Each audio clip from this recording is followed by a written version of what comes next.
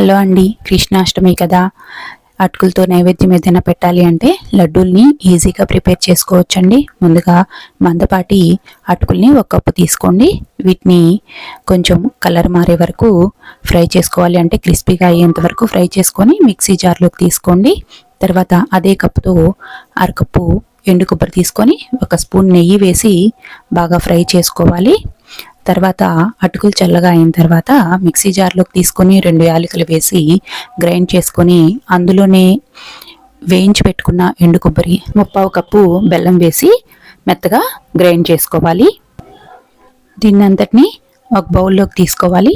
తర్వాత స్టవ్ వెలిగించి ప్యాన్ పెట్టి 1/4 కప్పు నెయ్యి వేసుకొని అందులోకి జీడిపప్పు కిస్మిస్ వేయించుకొని మనం ముందుగా గ్రైండ్ చేసి పెట్టుకున్న అటుకుల పిండిలో వేసి కలుపుకొని కొంచెం వేడిగా ఉన్నప్పుడే లడ్డూల్ని చుట్టుకోవాలి. అంతే అండి, చాలా